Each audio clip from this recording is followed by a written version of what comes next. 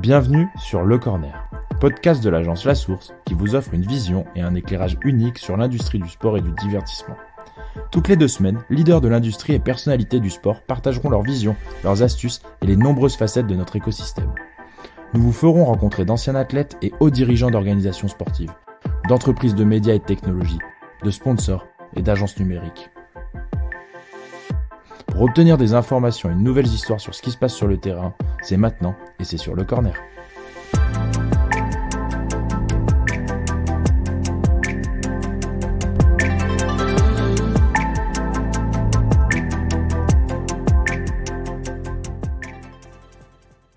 Bonjour à toutes, bonjour à tous. Pour ce nouvel épisode du Corner, on a discuté avec Camille Hurly, qui est actuellement CRM et Digital Marketing Officer au Stade Français. C'était un super moment avec quelqu'un qui est très hands-on, qui est très opérationnel sur le terrain et qui conduit un vrai travail de fond de transformation digitale de ce club de rugby. Et elle voit comment monétiser la data tout en améliorant l'expérience fan. On vous souhaite une très belle écoute.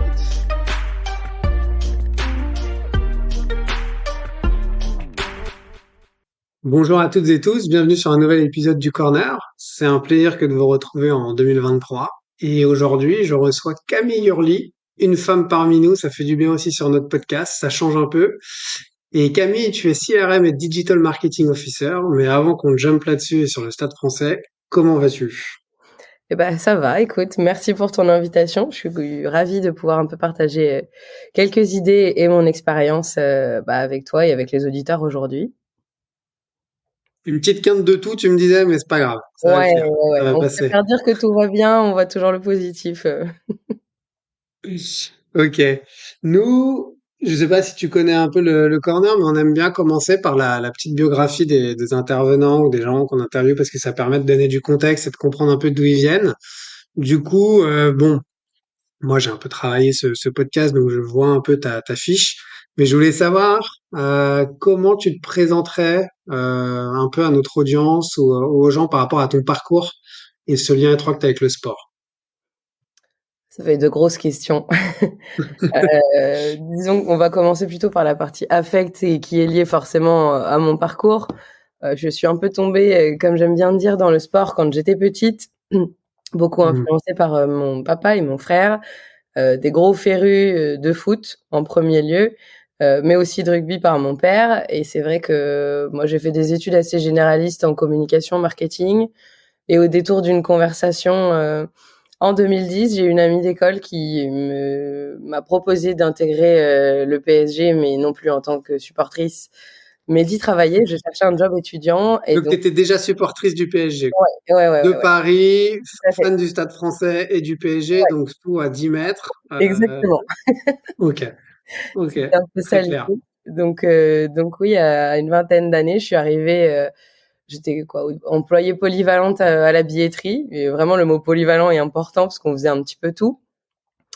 Ok. Et de rencontre en rencontre, j'ai enchaîné quelques CDD là-bas, jusqu'à l'administration des ventes sur la partie B2B. Et pas possibilité d'y rester dans le domaine qui me plaisait, donc j'ai continué dans la billetterie. Et grâce à une autre rencontre que j'ai faite également au Parc des Princes à l'époque, j'ai intégré le comité d'organisation de France Handball 2017. J'aurais bien aimé te dire qu'aujourd'hui, ça aurait fait 6 ans, ça fait 6 ans que j'ai vu ma victoire des Bleus à Bercy, et j'aurais bien aimé qu'hier, ça aille au bout aussi également pour eux. Malheureusement, les pauvres, ils sont finis vice-champions du monde, c'est bien dommage, mais Ouais. c'est un beau parcours. Et à l'issue de ce comité d'organisation, comme je travaillais dans une grosse boîte en CDD, on m'a proposé un CDI, mais dans l'univers du spectacle. Donc, j'ai fait 4 ans dans l'entertainment, en travaillant pour des ennemis. J'ai travaillé pour le Jamel Comedy Club et le sport me manquait. J'aimais ce que je faisais, j'ai fait des super rencontres, mais il me manquait toujours ce petit Est-ce que attrait. tu faisais plus du tout de sport? À ce moment-là, t'as plus Non, du tout fait de sport, tu non, touchais non, pas du non, tout. en spectatrice, mais pas, voilà, pas proprement pour Ok. gagner ma vie. Je travaillais avec des humoristes, D'accord. certains qui étaient férus de sport, mais c'est le seul lien qu'on peut faire entre les deux. Et donc Ok. un jour, j'ai vu apparaître la belle offre d'emploi du Stade Français, j'ai postulé et maintenant ça va faire Et bientôt maintenant, c'est 4 ans que je travaille là, pour un poste un peu alors, hybride parce que dans le milieu du rugby, il y a pas vraiment de personnes dédiées au CRM. Souvent, c'est rattaché à la billetterie. Moi, finalement, on m'a dit, ben voilà, ce sera du marketing, du CRM. Il y a tout à monter, donc le projet m'a plu. Et Gros projet, quoi. ouais, énorme projet. Ok, ok, d'accord.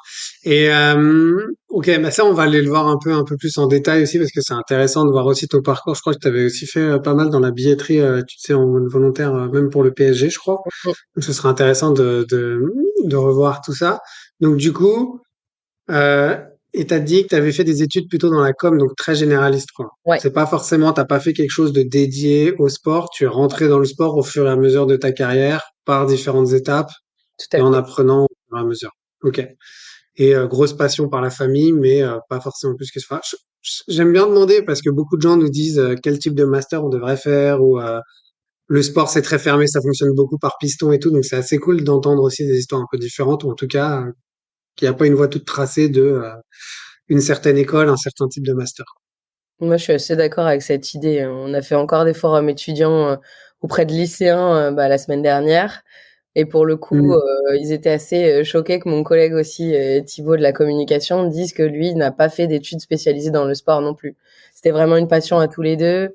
Moi, c'était un parti pris de faire quelque chose d'assez généraliste en cas de non-opportunité d'évoluer dans un domaine qui te plaît, de pouvoir rebondir et de toujours te Hmm. garder ta petite porte de secours au cas où. Donc ta formation dans le sport, c'était plus l'affect et le personnel en tant que fan, quoi. Tout Ouais. à Et toi, t'as fait du sport toi-même ou pas? Tu faisais du sport ou pas plus que ça? Pas plus que ça. Je vais pas m'inventer Pas une plus que ça. carrière. Non, non. J'ai souvent été plus spectatrice qu'actrice. Je Ouais, suis bah, meilleure dans les on tribunes. parle pas de pro level, hein. On a le droit de Ah tous à non, son niveau d'avoir fait non, non. n'importe quel sport, hein. Un peu de danse, un peu de gym, le sport à l'école, rien de fou. Un plus. Je Ok, suis meilleure dans les tribunes que sur un terrain, ça c'est sûr. ok. Bon, c'est pas mal. Du coup, tu disais 4 ans au Stade Français avant qu'on jump vraiment sur le boulot et tout, parce que bon, c'est hyper intéressant et ça nous intéresse aujourd'hui, mais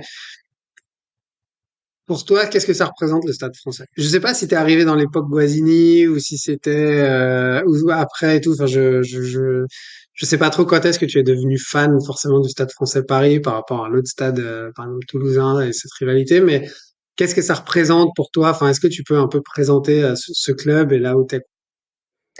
L'affect, il est né encore une fois de la famille. Je vais refaire une belle dédicace à mon père, mais mon père est auvergnat et est arrivé à Paris. C'est un joueur de rugby de chez lui, du Cantal, et a eu l'occasion de Ah, jouer. d'ASM? Pas du tout. Ah non, non, plus vers le Stade Aurillacois, mais encore à la limite Hmm. Yes. de la Corrèze. Donc non, non, il jouait à titre perso. Et en arrivant à Paris pour trouver un job, de fil en aiguille, on l'a introduit au CASG, qui n'était pas encore le Stade français à l'époque, ou dans une partie pas du tout pro, mais du coup, il a toujours eu un affect particulier avec Jean Bouin et suivi un peu le club. Donc malgré moi, depuis que je suis jeune, en fait, je regardais les matchs avec lui pour un peu plus tard l'accompagner dans le vieux Jambouin de l'époque. Je me souviendrai toujours de mon Hmm. premier match de rugby. Rien à voir avec l'ambiance foot, mais il y a quelque chose qui m'a marqué sur ce côté convivial, ce côté échange où on arrive, on nous distribue des goodies, tout le monde parle avec tout le monde, il n'y a pas de tribune visiteur, c'est très ouvert, c'est très bon accueil, on peut venir en famille, aucune inquiétude pour les enfants. C'était vraiment une autre expérience et de la télé, je voyais cette personne qui est Max remplir des stades de France sur des matchs de top 14, c'était quand même incroyable. Et moi, j'ai toujours eu une énorme admiration pour cette personne. Je l'ai étudiée sur mes 2 mémoires d'études, Ah. de fin Ok, d'études. d'accord. Et, et du Donc coup, il y a une petite, ok, il y a quelque chose quand même. oui, oui, oui. Non, non, il y a quelque chose. Quand on arrive ici, c'est rarement par hasard et l'historique, il est très fort, il est très présent. Et notre but aujourd'hui, c'est de faire perdurer un peu Cet ces esprit, quoi. années-là, quoi. Ouais. Hmm. Ok. Ok, ouais, c'est pour ça que je demandais, parce que, bon, même si CRM et billetterie en soi, c'est un peu différent, t'as quand même tout l'aspect communication et digital sur ta marque et tes valeurs et tout, et c'est assez fort. Donc, c'est pour ça que je me posais la question aussi à titre perso s'il y avait quelque chose qui avait joué là, mais, ok, très clair. Du coup, pour taper dans le vif du sujet et ton boulot depuis 4 ans, on t'a donné les clés du camion apparemment il y a 4 ans et on t'a dit faut tout faire. Tu commences par la billetterie, mais en fait tu vas faire CRM, digital, tout. Euh, on t'a donné les objectifs. Enfin, c'est toi qui t'es mis les objectifs. C'est quoi à peu près, en gros, ce projet de transfo un peu digital que t'as? Ben, en plus, j'ai rejoint, on va dire, alors j'ai pas l'objectif, enfin, j'ai pas l'image du camion, mais c'est plutôt le train en cours de marche puisque D'accord. la grosse partie digitale, elle a été mise en place à l'arrivée de notre actuel président et propriétaire, le docteur Hans-Peter Wild, qui voulait vraiment ramener le Stade français sur une grosse marche niveau innovation et technologie. Hmm. Et on a accentué a commencé à ce moment-là, on va dire un énorme virage. Alors on avait des outils qui fonctionnaient, mais on n'avait pas de CRM. On savait qu'on avait une grosse communauté. On le voyait ne serait-ce que par les réseaux sociaux, mais on savait pas comment parler à ces gens-là, comment les toucher, comment récupérer un peu ces datas, ces Hmm. infos et derrière développer nos produits. Donc tout s'est fait en fait par étapes, puisqu'on peut pas se Ok. lancer dans tout dedans. Donc moi je suis arrivée, il y avait donc eu l'application qui venait d'être lancée et on venait de changer de logiciel billetterie pour passer sur une grosse machine de la billette. Là, pour le coup, Ok. c'est l'expérience qui parle. Je peux te confirmer que j'ai touché pas mal de logiciels et celui qu'on utilise aujourd'hui, il est, C'est ouais, un gros. calé. C'est un gros, ouais. Donc, je suis arrivée Ok. à ce moment-là et après, il a fallu que j'installe un SSO. Alors, je sais pas si tout le monde a bien en tête Ouais.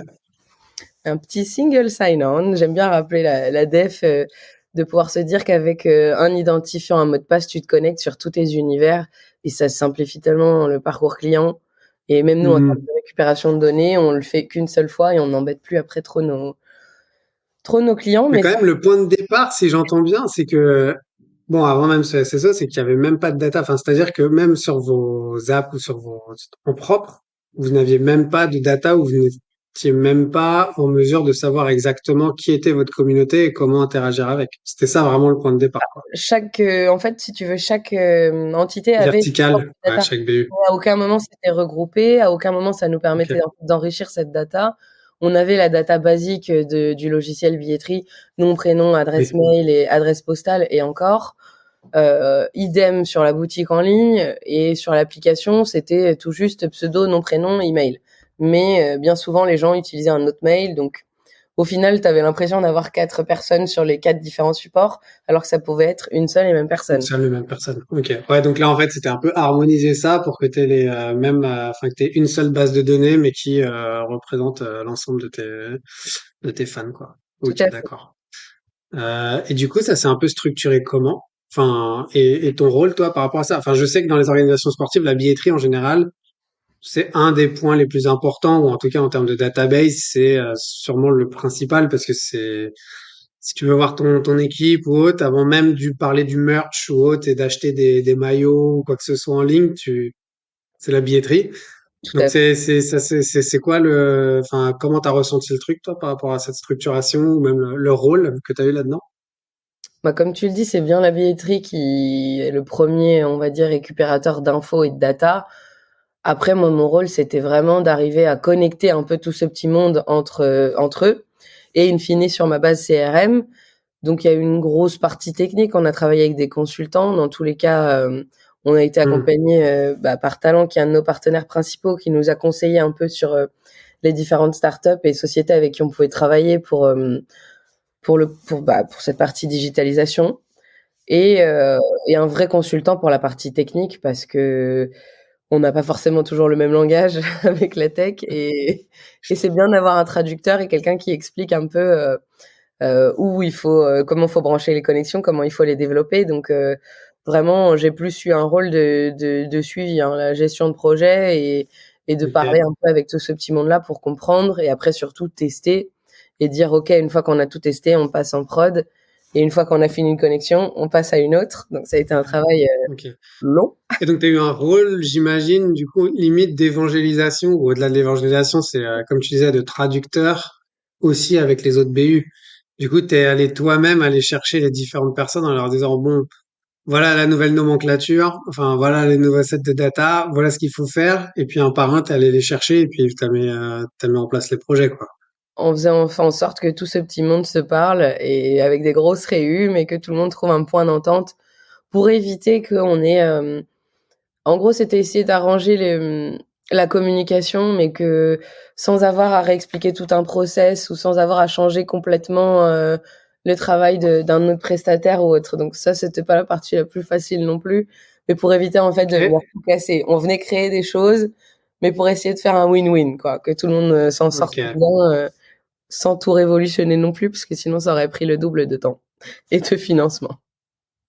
Ouais, moi, ce qui m'intéresse là-dessus, enfin, je vois très bien le process, c'est, tu vois, je sais qu'on a d'autres organisations qui soit embarquent sur la même journée aujourd'hui et tout.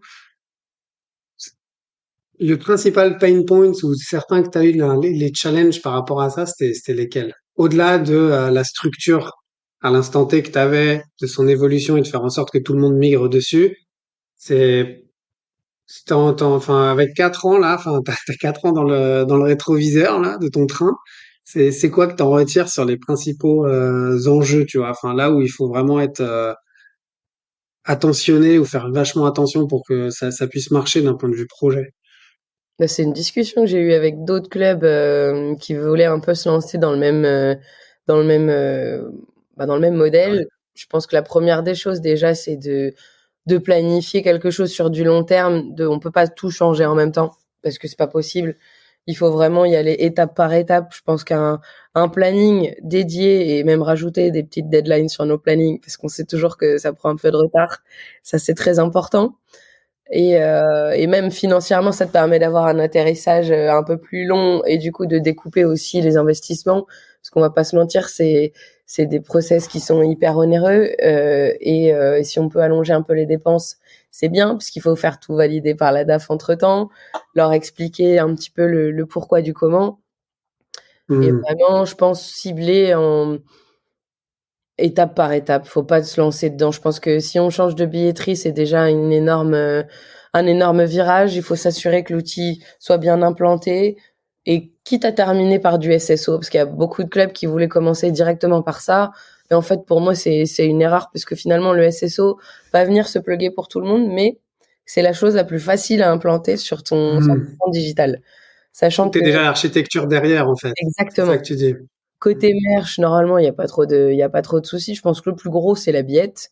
Et notamment, je pense à chez nous, où on a dû passer sur du full digital. Alors, on a été aidé, si je puis dire, par le Covid.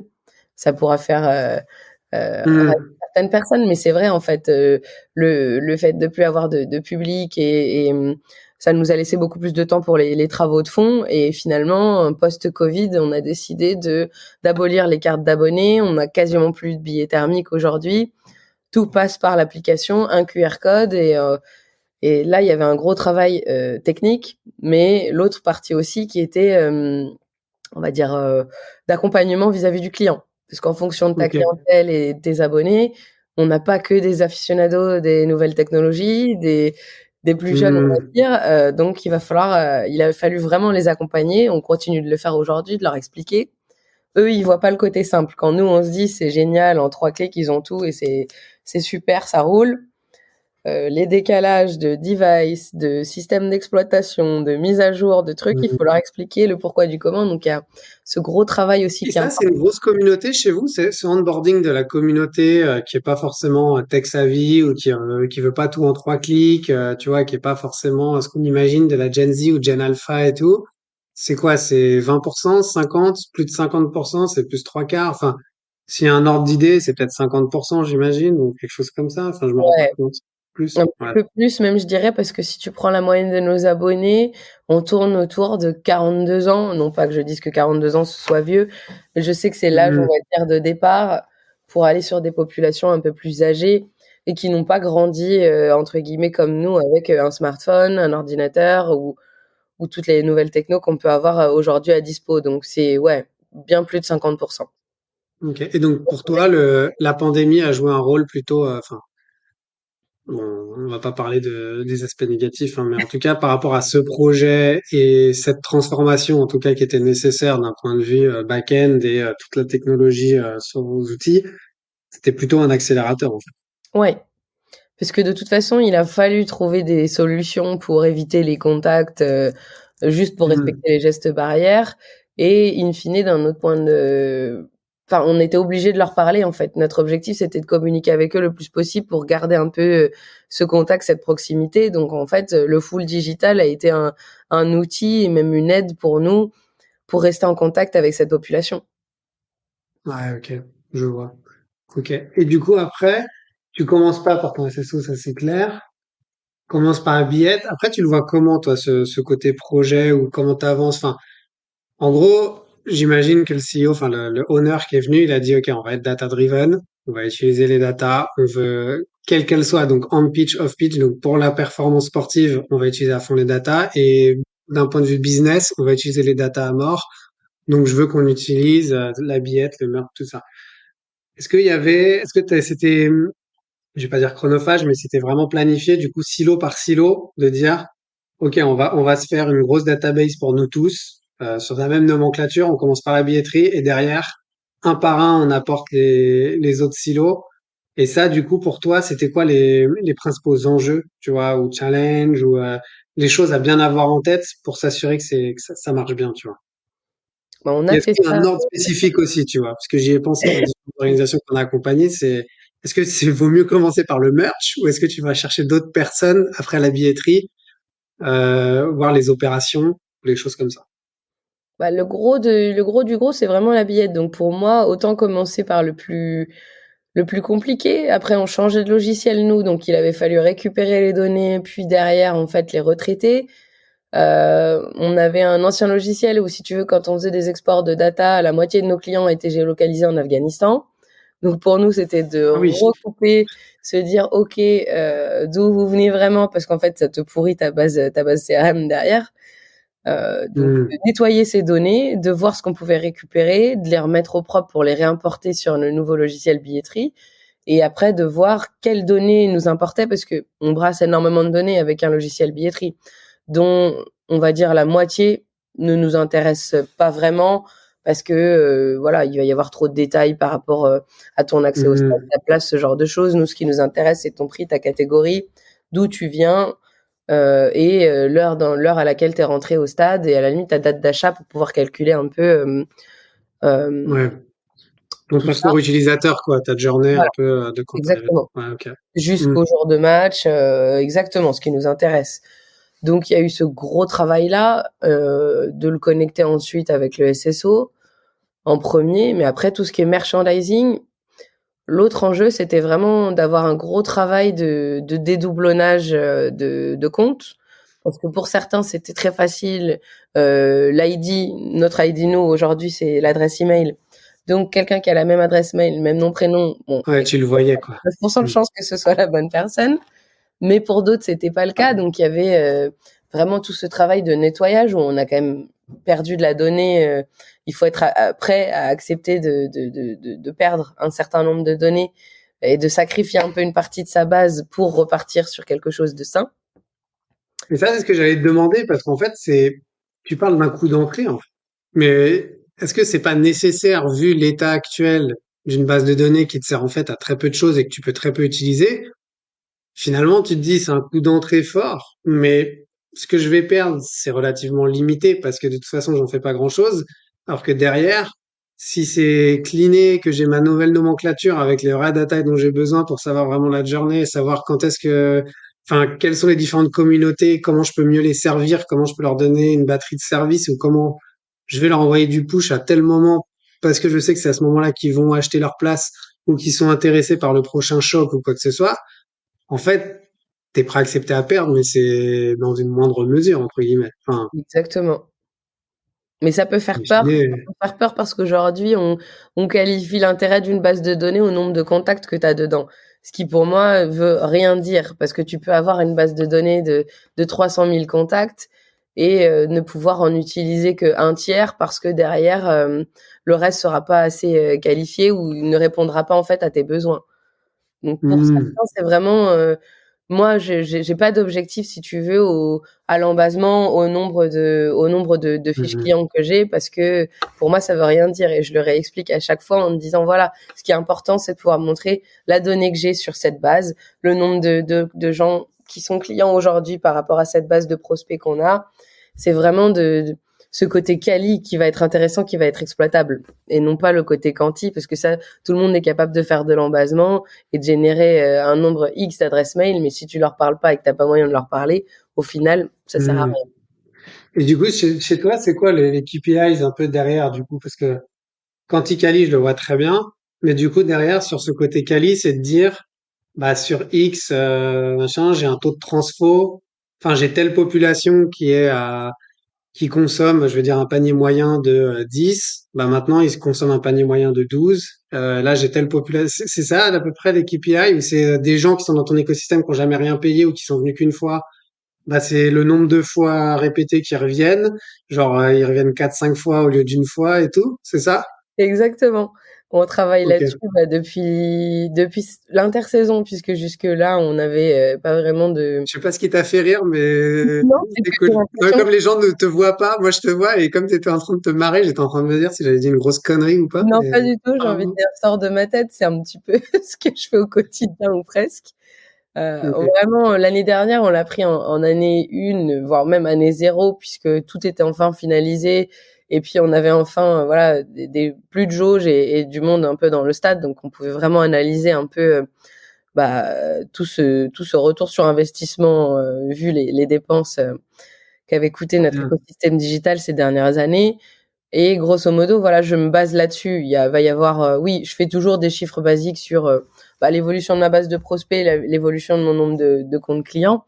Mais derrière, ce qui va m'intéresser, c'est l'évolution des âges, du panier moyen. Et ça, on segmente beaucoup. Donc, grâce à toute cette data que j'ai pu récupérer, je sais quoi pusher à qui. Et en fait, on voit qu'on gagne en panier moyen et en achat.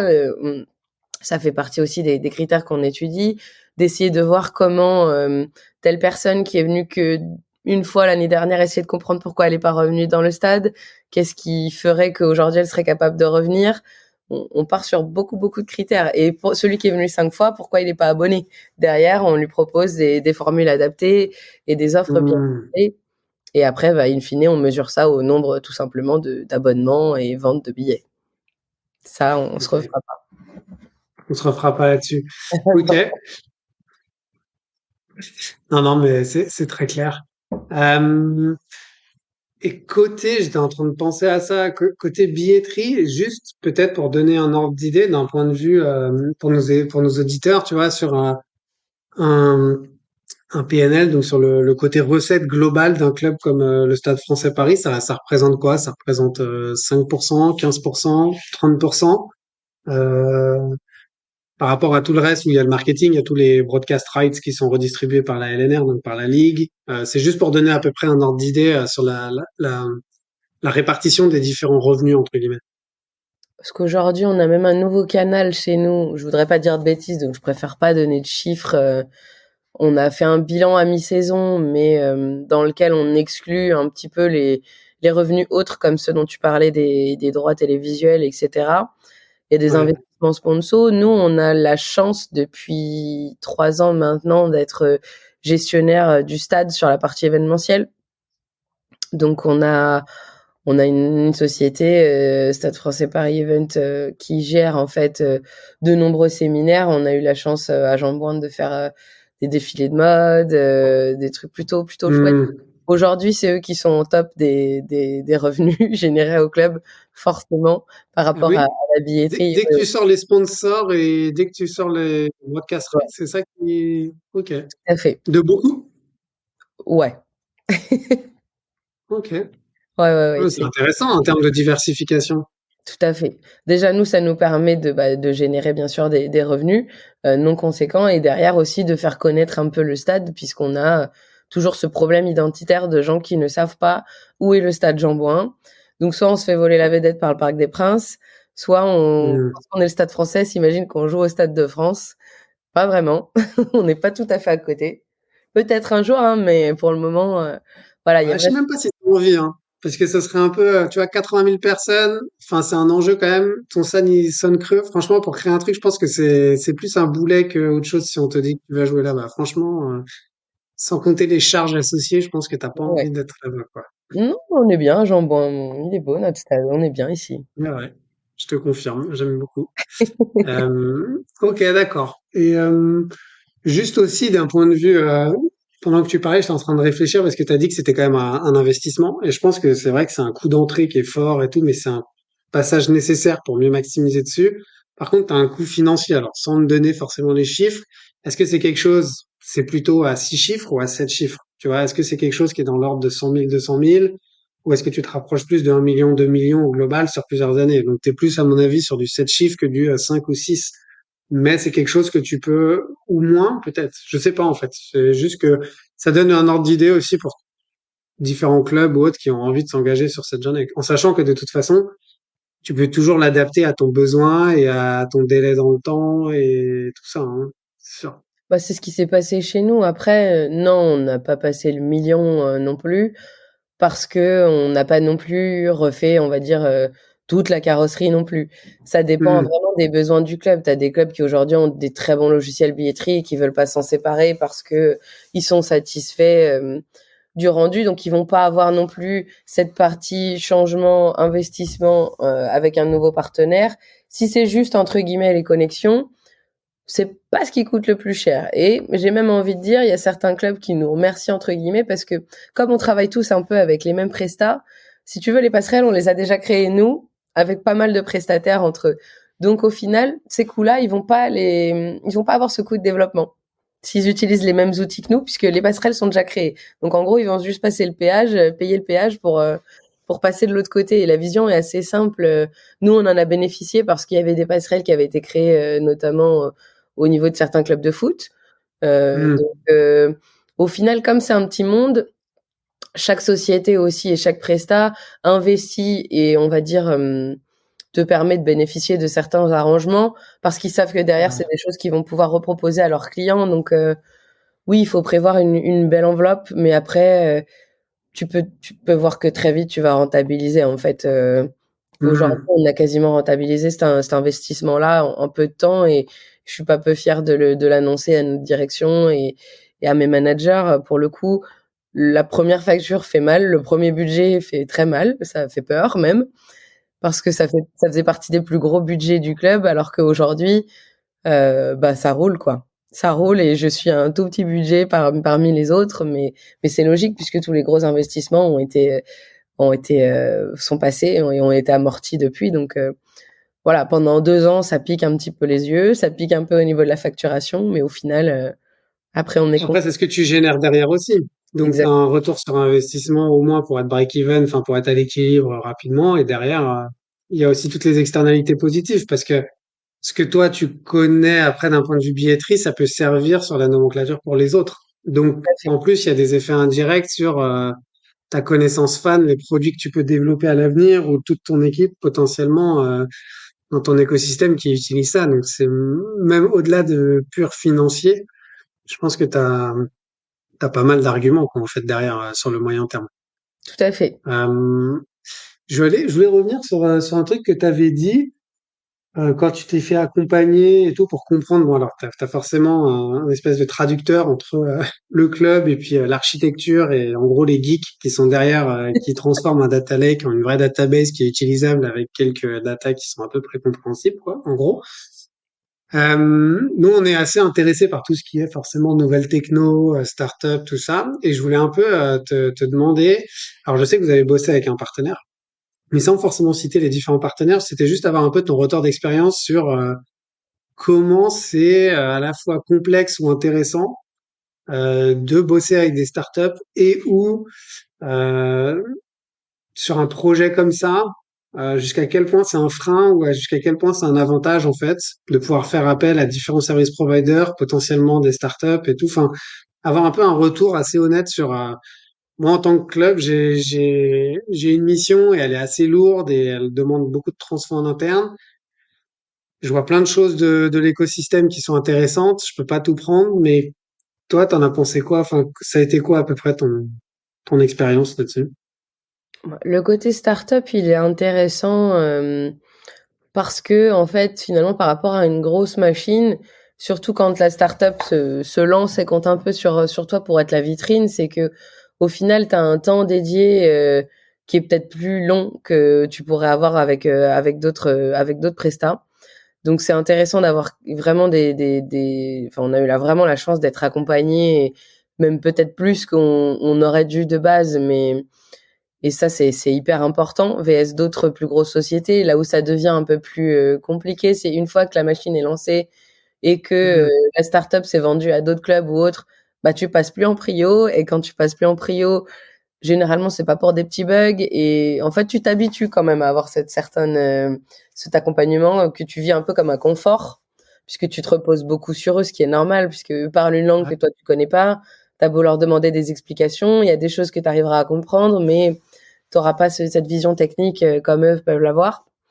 Donc c'est ça qui était un peu plus, on va dire, qui est un peu plus frustrant aujourd'hui, c'est d'avoir un petit peu moins de réactivité, même si je ne tape pas du tout sur mes prestats. Je les remercie d'ailleurs d'être à l'écoute, présent et disponible, parce que ça c'est très important. Ouais. Après, c'était hyper important d'avoir un consultant externe, alors qu'il n'avait rien à voir avec aucune startup avec qui on travaillait.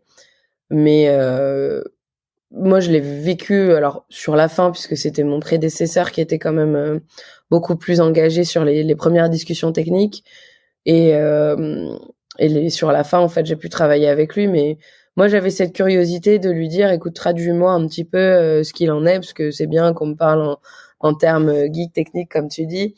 Moi, je veux comprendre ce que je fais, donc passons sur la traduction. Et c'est des sujets quand même qui sont... Faut que ça te passionne, il faut que ça t'intéresse à minima, parce que sinon tu vas couler, qu'on soit clair.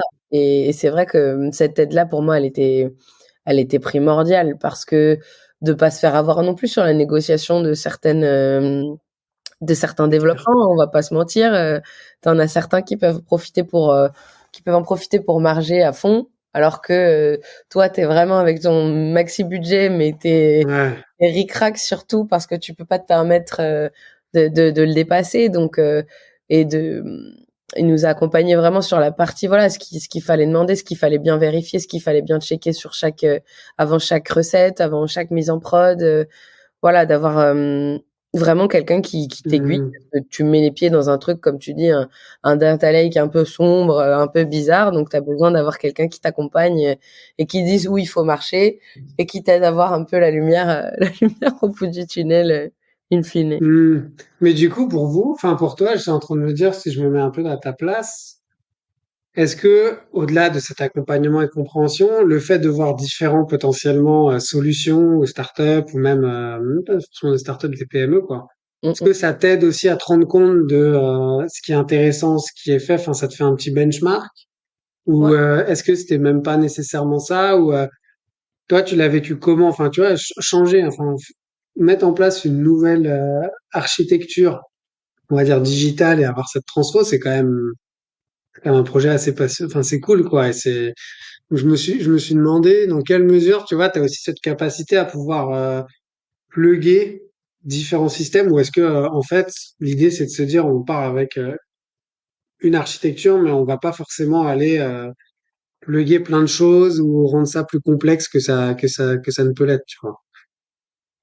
Je me suis posé cette question-là aussi, de savoir est-ce que c'est un enjeu pour vous d'aller vraiment se dire, ah, tiens, là-dessus, sur la billetterie, on a besoin d'avoir une solution super forte sur cette segmentation, sur ce type de data, et il y a telle compagnie qui le fait.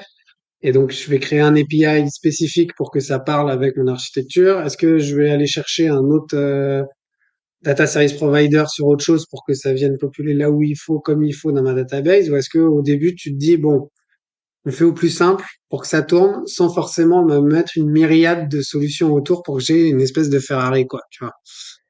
En fait, on a fait un peu l'inverse, nous, et je pense que ça a été, alors de ce que j'ai vu, puisque moi j'ai pas participé au choix des prestats, je suis vraiment arrivée juste après, donc on va dire que j'ai délivré. Ok, J'ai ok. délivré, j'ai consolidé et j'ai testé. Mais quand si je te compare aujourd'hui, c'est dommage, le schéma initial qui m'a été présenté à mon arrivée, et aujourd'hui notre écosystème, il a été complètement simplifié, parce que forcément au début, c'est comme chaque plan, si tu veux, tu as peut-être des envies un peu de peut-être trop grandes par rapport à ce que Ouais. dont tu as réellement besoin, donc forcément tu finis paraffiner et laisser de côté certains projets qui sont pas forcément nécessaires. Vaut mieux, je pense, démarrer par quelque chose de simple que tu vas étoffer au fur et à mesure en fonction de tes besoins, plutôt que de partir de l'inverse. Tous les schémas les plus simples sont les plus faciles à exécuter. Donc, dès que tu pars de quelque chose de trop compliqué, je pense que tu as plus de chances de te planter. T'as le droit d'avoir des ambitions, mais derrière, la réalité, c'est que tu veux que ça marche. Et donc, tu fais en sorte que ça marche sans forcément over compliquer tout le process, quoi. C'est clair. En amont, je crois que tu nous avais parlé d'un partenariat avec FanXP. Je sais pas, c'est lié en fait à votre logiciel de billetterie. Je sais pas si tu veux un peu en parler comme un use case ou autre, ou s'il y avait eu des pain points particuliers, ou si c'est quelque chose qui a été miraculeux chez vous ou autre. Je connais pas spécialement cette solution ou autre, mais le nom je sais peut pas si tu voulais. la confusion, mais en fait, FanXP fait partie du groupe DT Consulting, qui est notre logiciel de billetterie. DT, je pense que je peux en parler pendant longtemps. J'ai eu l'occasion de le tester quand ils sont arrivés au PSG à l'époque. Et ce qui me permet de dire que vu le nombre de logiciels qu'on a testé, celui-là est vraiment très fort. Et n'avait pas jusqu'ici, faisait que du back-office en fait de billetterie, avait développé d'autres parties avec lesquelles on travaille également sur la gestion des flux financiers. Et vient de lancer en fait son front office de vente depuis peu. Je crois que ça doit faire 2 ans si je dis pas de bêtises. Je me ferai taper sur les doigts si jamais c'est une erreur. Mais pour nous, ça devenait en fait logique d'avoir le full package CGE pour éviter déjà entre guillemets encore un intermédiaire, puisqu'on avait un back-office, la solution de paiement, puis derrière un autre front office. Ça limite aussi les échanges et ça fluidifie complètement les choses. Après, grâce à FanXP, on a un site beaucoup plus fluide, beaucoup plus moderne. On a une présentation différente des offres billetterie et des différents tarifs pour simplifier au possible en fait le parcours client. L'objectif, c'est vraiment qu'en moins de 5 minutes, quelqu'un qui sait qu'il veut aller voir Stade Français Paris UBB, il va cliquer sur la vignette grand public, il veut une place plein tarif, 2 places enfants, il arrive sur le plan, il sélectionne ses places et hop, il passe au moyen de paiement derrière. S'il veut se ralentir un peu de temps, on a un super plan 3D qu'on vient de mettre en place aussi avec des avatars tout juste. Donc en fait, tu as une simulation quasi réelle de ce que tu vas voir le jour du match. Ok, tu vois direct. Voilà, FanXP a vraiment permis de simplifier un peu le flux de données, on va dire, entre le front et le back-office, puisque maintenant les deux sont presque la même chose, la même personne. Donc on l'a lancé en décembre. Pour le moment, pas de plainte, tout va bien. Les clients... je les ai prévenus pour certains qu'on allait avoir un super nouveau site billetterie qui fonctionne. Donc voilà, non, il n'y a pas de... Oui, sur la fan expérience, on va dire digitale, mais il n'y a pas de... Ouais. C'est rien de plus qu'un super front office de billetterie. Ok, d'accord. Et du coup, là-dessus, si toi, par rapport, j'étais juste en train de réfléchir à autre chose par rapport à, d'une manière générale, le digital et la fan expérience, vu que les gens s'appellent, le plug s'appelle FanXP pour tes consulting et tout, j'étais en train de me dire, si tu dois un peu réfléchir à l'avenir, peut-être court terme et moyen terme, tu vois, mais te dire, c'est quoi les prochaines choses qui vont changer dans la billetterie ou autour du fan engagement, alors sans aller sur les NFT et tous les trucs forcément comme ça sur du Web3 ou du Metaverse. Faisons d'abord ce qui doit être bien fait aujourd'hui dans les organes sportifs. Mais c'est quoi pour toi à court terme et moyen terme les principaux enjeux ou les gros milestones un peu à atteindre et à avoir en tête? Je pense que mon activité, pour moi, elle est fortement liée à ce qu'on doit faire, c'est-à-dire vraiment notre objectif à nous, et l'un de nos enjeux, c'est de répondre et de toujours placer le client en fait au cœur de toutes les communications et de tout ce qu'on peut mettre en place. L'enjeu principal pour nous en ce moment, c'est vraiment d'arriver à continuer de développer un peu cette connaissance de nos clients, l'étudier au mieux pour pouvoir derrière pousser des offres qui sont adaptées aux besoins de chacun. Les envies changent. Aujourd'hui, on n'a plus les mêmes consommateurs d'époque où on avait juste les quelques badauds qui prenaient de la billetterie sèche et derrière les aficionados qui étaient les abonnés à l'année. On a bien compris aujourd'hui qu'en fonction des rencontres, des horaires des matchs, on n'avait pas le même public il faut qu'on soit en capacité en fait de proposer des offres vraiment adaptées. Donc pour moi, l'avenir de la billetterie, c'est de pouvoir segmenter et d'avoir peut-être pas non plus un panel d'offres trop élevé parce qu'après on risque de perdre un peu les futurs clients, mais d'avoir une bonne base ciblée en fonction des attentes de nos clients. Et après, de leur parler, de les accompagner. Pour moi, le futur, je le vois comme on sait quand tu t'approches de Jambouin et on t'accompagne à partir du moment où tu as acheté ton billet jusqu'au jour du match. On te met un peu dans l'ambiance, on te raconte un peu ce qui va se passer. Et à partir du moment où tu es aux abords du stade et que tu vas valider ton billet, tu as ton message de bienvenue à Jambouin. On t'accompagne parce qu'on sait que tu es un amateur de hot dog. On te redirige vers le food truck en tribune Parc des Princes pour que tu ailles goûter les spécialités. Qu'on te push vraiment des choses, peut-être même avant même que tu en aies envie, mais des choses qui seraient pas loin en fait de tes envies. Sans qu'on soit dans un marketing de masse. Intrusif, quoi. Ouais. Voilà, sans être intrusif, mais plutôt, on va dire, avoir cette espèce d'intelligence artificielle qui te permet de calculer un peu quelles sont tes envies, sans qu'on te matraque. Moi, bombarder mes bases d'emails au quotidien, je trouve que c'est inutile. Mieux vaut communiquer un peu moins, mais mieux. Et tu le vois au niveau des chiffres, ça marchera mieux que envoyer à 200 000 contacts ton offre pour SFP UBB. Tu feras moins de ventes que quand tu segmentes, ça c'est sûr. Ouais, ok. Moi, j'aime bien. Enfin, ce côté segmenté parce que tu as besoin de mieux comprendre, donc tu vas individualiser, donc tu cartographies vraiment qui sont tes consommateurs, tes fans et tes futurs potentiels consommateurs fans. Et derrière, après, c'est comment en fait ouais, tu leur sers ce côté individuel, mais encore plus loin que juste ce qu'ils attendent. C'est potentiellement, tu leur fais découvrir des choses qu'ils aimeraient parce que t'as un storytelling, t'as un accompagnement individualisé et tout, quoi. Franchement, Exactement. je suis 100% d'accord. Petite tradition sur le podcast, vu qu'on arrive un peu à la fin là. On aime bien demander à nos invités s'ils ont des sources d'inspiration, et ça peut être tout et n'importe quoi, ça peut être d'autres podcasts, ça peut être des livres, des séries. Récemment, Netflix en a fait quelques-unes et ça arrête pas de se ressortir. Mais est-ce que t'aurais même des cours ou je sais pas ce que ça peut être, mais des sources d'inspiration pour nos auditeurs? Ouais. Source d'inspi, ouf. Moi, Désolé. c'est la question piège. Je savais que celle-là finirait par arriver. J'avais essayé de réfléchir un peu. Après, moi, je consomme du sport, on va dire, presque au quotidien, disons que mon inspiration, c'est plutôt d'aller étudier un petit peu ce qui se passe dans les autres stades, dans les autres sports, d'avoir cette curiosité de lire un petit peu la presse et les actualités. Je vais écouter plus souvent ton podcast, du coup, parce que je pense qu'il y aura des choses intéressantes. Je suis honnête, je ne vais pas m'inventer des choses. Il y a un livre qui m'avait beaucoup plu à l'époque.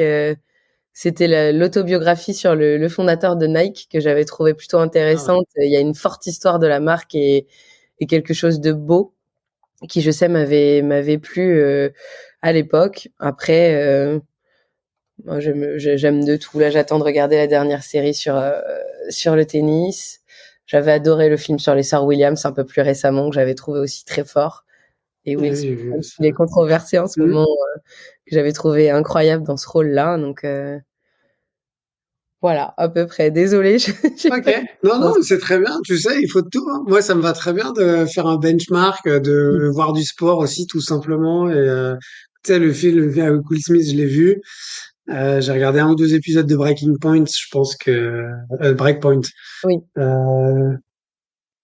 Ouais, j'ai un avis encore mitigé dessus. Je pense Moi pas que aussi, ça va être aussi bien que Drive to Survive, mais voilà. Ouais, Drive Mais to Survive. c'est bien. Au moins, c'est cool ouais, c'est des bonnes idées. Il faut que les gens aillent voir, et puis c'est toujours intéressant de voir comment on se tient informé et on avance, quoi. Donc, en tout cas, merci à toi. Merci. C'était vraiment cool. Merci pour ton temps et ta dispo et de partager tout ça. Euh, et puis j'espère à une prochaine. Et peut-être qu'on se verra à Jambon, du coup. Eh ben, quand tu veux, hein, tu traverses l'esplanade, tu sais de quel côté on est. Avec plaisir. Pas de souci. Merci à toi. Bonne journée. Bonne journée. Ça y est, vous êtes arrivé à la fin de cet épisode.